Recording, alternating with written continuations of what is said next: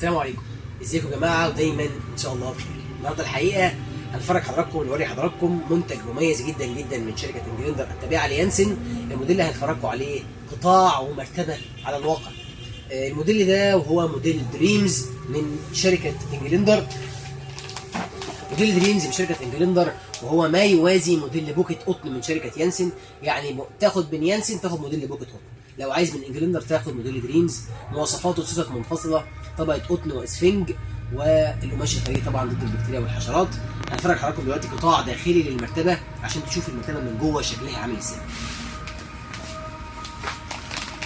زي ما حضراتكم شايفين طبعا، اولا اهم شيء طبعا السوست المنفصله اللي بتعزل الحركات الجانبيه جنب حضرتك. يعني لو نايم وجنبك حد بيتحرك او عمل حركه فجائيه او بيقوم في وقت مختلف مش هتقلق، او لو نومك خفيف ان شاء الله. دي وظيفه السوست المنفصله وهو العزل. كمان دعمها افضل بكتير من السوست المتصله.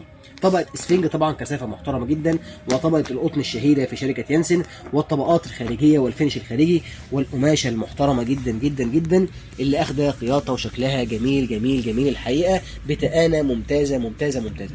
طبعا السوست المنفصله بيلفها في او بتبات في بوكس سفنج داير مهدور زي ما حضراتكم شايفين. دي تقريبا في حدود 15 سم او 10 سم على الاقل، عشان لو في مشاكل في المقاس. يعني لو انت اخد المرتبه عندك 195 او مترين او 190 عندك سفنج هنا، كل ده عشان مشاكل المقاسات. مع بعض بقى هنا اهم شيء طبعا وهو لوجو المرتبه الاصلي اللي بيوريك المرتبه ازاي اصليه. طبعا هنا اسم الموديل اللي هو دريمز.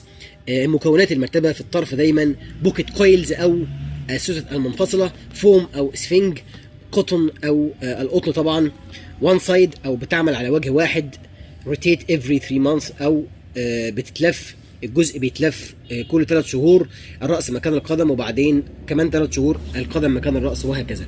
طبعا مهم جدا برضو انك تشوف الجزء اللي فيه الباركود، وتم بيعه وشحنه الى محل مجدي كراويه، معرض مجدي كراويه.